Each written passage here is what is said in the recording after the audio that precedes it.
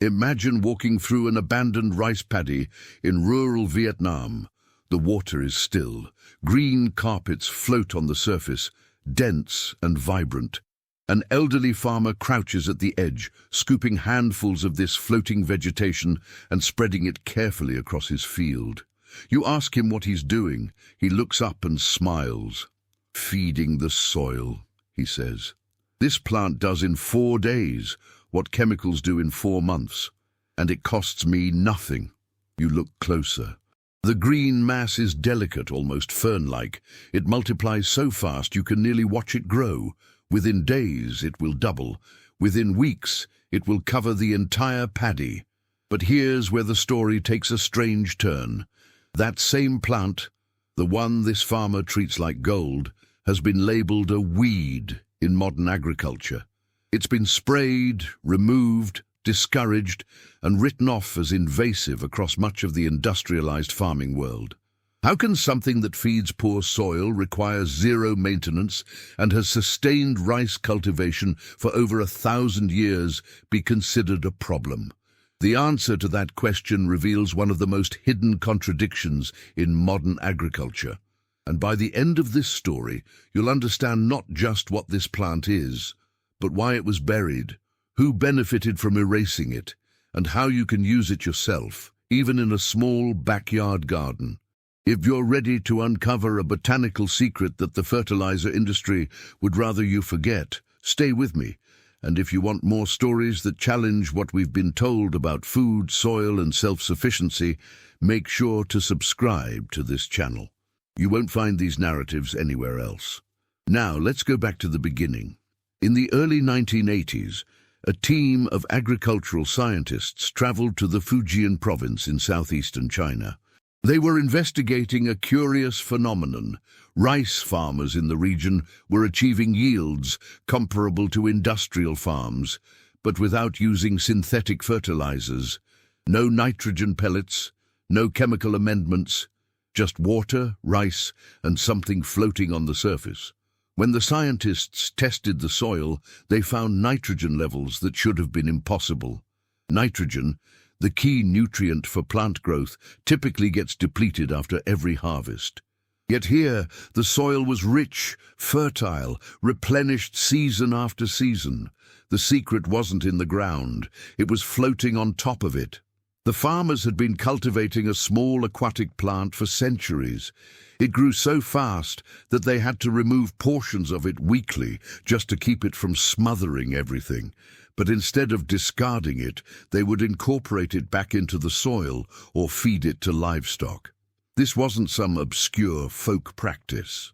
Historical records showed that Chinese agricultural texts from the Song dynasty, nearly 1,000 years ago, mentioned this plant explicitly. It was described as green manure, a natural fertilizer that required no effort to produce. Japanese farmers used it too. So did communities across Southeast Asia, India, and parts of Africa. And yet, by the time industrial agriculture spread across the globe in the mid-20th century, this plant had been reclassified.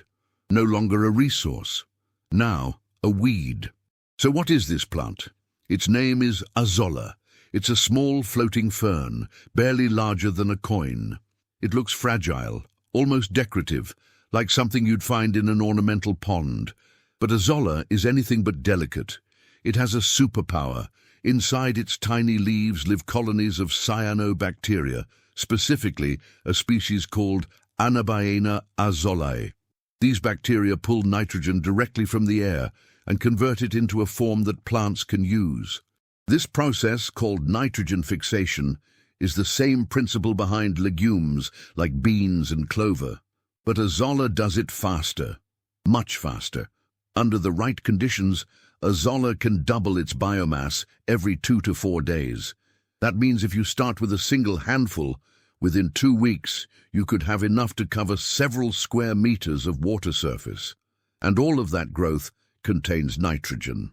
When azolla dies or is mixed into soil, it decomposes rapidly, releasing that nitrogen back into the ground. Studies have shown that incorporating azolla into rice paddies can provide the equivalent of 30 to 60 kilograms of nitrogen per hectare per season, roughly the same amount provided by synthetic fertilizers. The difference? Azolla does it for free. It doesn't require factories. It doesn't need petroleum-based production. It doesn't deplete the soil or cause runoff pollution. It just grows, fixes nitrogen, and dies back into the earth, enriching everything around it. For subsistence farmers in Asia, this was revolutionary. In regions where buying fertilizer was impossible or unaffordable, azolla meant survival. It turned poor soil into productive land. It allowed families to grow food without external dependence. So why did modern agriculture turn its back on it? The answer lies in the rise of synthetic nitrogen fertilizers. In the early 20th century, two German chemists, Fritz Haber and Karl Bosch, developed a process to synthesize ammonia from atmospheric nitrogen. This discovery, known as the Haber-Bosch process, transformed agriculture. Suddenly, nitrogen could be mass-produced in factories. Farmers no longer had to rely on crop rotations, manure, or cover crops to replenish their soil. They could simply buy bags of fertilizer and apply them directly. It was faster, it was scalable, and it was extremely profitable. Chemical companies built empires around synthetic fertilizers. Entire agricultural economies restructured themselves to depend on these inputs.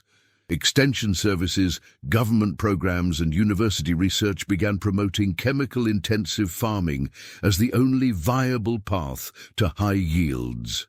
In this new paradigm, anything that didn't fit the industrial model became a problem. Azolla was too slow for monoculture systems that demanded instant results. It required water, which meant it was only practical for rice paddies or aquatic systems. It couldn't be patented, packaged, or sold at scale, so it was reframed. No longer a nitrogen fixer, now an invasive species, a weed. Something that choked waterways, blocked irrigation channels, created maintenance problems. Agricultural manuals stopped mentioning it. Farmers were told to clear it out. Herbicides were developed specifically to eliminate it. And within a generation, traditional knowledge about azolla began to disappear. In countries where rice had been grown with azolla for 1,000 years, younger farmers no longer recognized it. The plant that had sustained their ancestors was now something they were taught to destroy. But here's what modern agriculture didn't advertise. Azolla doesn't just fix nitrogen, it also suppresses weeds. Its dense mat blocks sunlight from reaching the water below, preventing the germination of competing plants. Farmers who used azolla reported needing far fewer herbicides because the plant acted as a living mulch. It improves water quality. Azolla absorbs excess nutrients from water, including phosphorus and heavy metals. Studies have shown it can be used to clean polluted ponds and wastewater. It sequesters carbon. When azolla dies and sinks to the bottom of a paddy, it locks carbon into the soil. Over time, this can help rebuild degraded land and improve soil structure. It feeds livestock.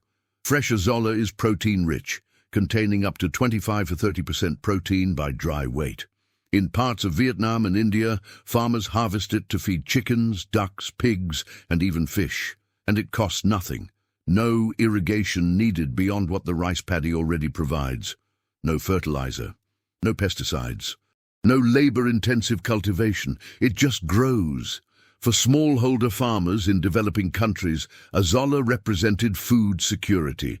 For industrial agriculture, it represented a threat, not because it didn't work, but because it worked too well. If farmers could grow their own nitrogen, they wouldn't need to buy it. Now here's where this becomes practical. You don't need a rice paddy to grow azolla. You don't even need a farm.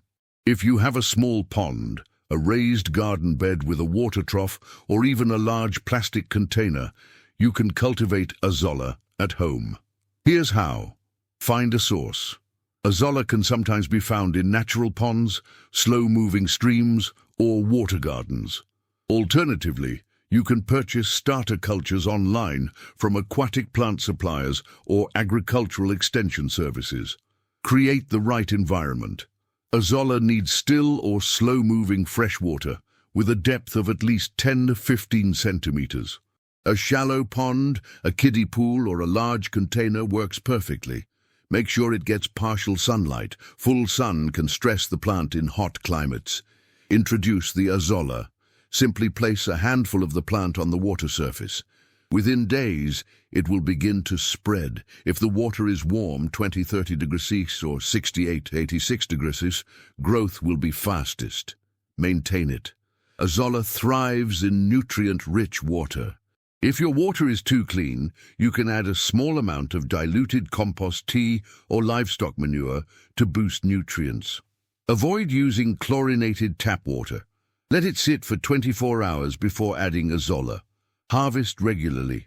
Once the surface is fully covered, you can start harvesting. Scoop out handfuls and use them immediately or dry them for later use. Fresh Azolla can be dug directly into garden beds, added to compost piles, or used as mulch. Dried Azolla can be stored and applied as a slow-release fertilizer. One important thing, Azolla can be invasive in natural waterways. Never release it into rivers, lakes, or public water systems. Keep it contained in controlled environments where you can manage its growth. But within those boundaries, it's one of the most efficient, sustainable soil amendments you can produce yourself. Imagine never buying nitrogen fertilizer again. Imagine walking to your backyard, scooping up a bucket of green biomass, and knowing you're feeding your garden with something that grew itself in 4 days. That's the power of Azolla. And it's been available this entire time. There's a larger story here. Beyond just one plant, Azolla is part of a pattern. Throughout the 20th century, as industrial agriculture consolidated, countless traditional practices were sidelined, not because they were ineffective, but because they didn't align with the profit model of centralized input suppliers. Crop diversity was replaced with monocultures. Seed saving was replaced with hybrid varieties that couldn't be replanted. Natural pest control was replaced with chemical pesticides, and nitrogen-fixing plants like Azolla were replaced with synthetic fertilizers. Each of these shifts made farming more dependent on external inputs, more expensive, more fragile, and each shift made someone very wealthy. The global fertilizer industry is worth over $200 billion annually. Companies that produce synthetic nitrogen have no incentive to promote a plant that does the same thing for free. Agricultural extension services, often funded by these same companies, have little reason to teach farmers about alternatives that would reduce input sales. So Azolla was buried, not by science, not by evidence, but by economics. And this is true for many other plants and practices as well. There are dozens of weeds that fix nitrogen, improve soil, provide food, or offer medicinal value, yet they've been rebranded as invasive, useless, or dangerous simply because they don't fit into an industrial supply chain. The real question isn't whether Azolla works. It's why we've been taught to ignore it. Let's go back further. Azolla's history stretches far beyond modern agriculture. Fossil records show that around 49 million years ago, during a period called the Azolla event, massive blooms of this plant covered the Arctic Ocean. These blooms were so extensive that they're believed to have pulled enormous amounts of carbon dioxide from the atmosphere, contributing to a dramatic global cooling event. In other words, this tiny plant helped regulate Earth's climate. Fast forward to human history. In ancient China, Azolla was mentioned in agricultural treatises as early as the 5th century. The Qimin Yao Shu, one of the oldest surviving Chinese agricultural texts, describes how farmers used duckweed, likely Azolla, to enrich rice fields. By the Song dynasty, 960–1279 AD, the practice was widespread. Records describe farmers carefully managing Azolla growth, harvesting it before planting rice, then allowing it to regrow during the season. The plant was treated as essential infrastructure, like irrigation or ploughing. In Vietnam, the practice continued unbroken for centuries. Even during wars and political upheavals, rice farmers maintained their azolla paddies because they knew, without it, the soil would die. In India, researchers in the 1980s found that tribal communities in the northeastern states had been using azolla for generations, not just for rice, but also as fodder for ducks and pigs. And in Africa, experimental projects introduced azolla to smallholder farmers in countries like Rwanda and Kenya, where it helped increase rice yields by 30 to 40% without any chemical inputs. Yet in Western agricultural education, azolla barely gets mentioned. You won't find it in most farming manuals. It's not taught in agricultural schools. Government programs don't promote it. It exists, hidden in plain sight, growing wild in forgotten ponds and ditches, still doing what it's always done, still fixing nitrogen, still feeding the soil, waiting to be rediscovered. So here we are, facing a decision. Do we continue down the path of dependence, buying fertilizers, pesticides, and patented seeds from corporations that profit from our need? Or do we remember what our ancestors knew, that the earth provides? That the tools for fertility, for resilience, for food security are often already here, growing quietly at the margins, labeled as weeds because they threaten no one's profit margin. Azolla isn't a magic solution to every agricultural problem. It has limitations. It requires water. It grows best in warm climates. It won't work for every crop or every system. But it represents something more important than itself. It represents autonomy, the ability to produce fertility without buying it, the ability to enrich soil without depending on external supply chains, the ability to feed a family, a community, or a region without waiting for corporations to grant permission. And that kind of autonomy has always been dangerous to systems built on dependence. This is why azolla was buried, not because it failed, not because it was inferior, but because it worked too well, because a farmer who can grow their own nitrogen doesn't need to buy it. And a world where millions of farmers grow their own nitrogen doesn't need a fertilizer industry. So the plant was reframed, marginalized, forgotten, but it's still here. And now you know about it too. If you've made it this far, you now hold a piece of knowledge that modern agriculture hoped you'd never find. You know the name, you know the science, you know the history, and you know how to use it. Whether you have a backyard garden, a small farm, or just a curiosity about how food systems really work, azolla is a reminder that solutions don't always come from laboratories or corporations. Sometimes they come from paying attention to what's been here all along. If this story challenged the way you think about agriculture, soil, and sustainability, I encourage you to share it. These narratives don't spread through mainstream channels. They spread through people like you who refuse to accept the official story as the only story. And if you want more investigations like this, stories that uncover the hidden contradictions of modern food systems, that reveal forgotten plants and buried practices, make sure to subscribe to this channel, because there are dozens more plants like azolla, dozens more stories like this, and the more we remember, the less we depend. Thank you for watching, and remember, the soil remembers, even when we forget.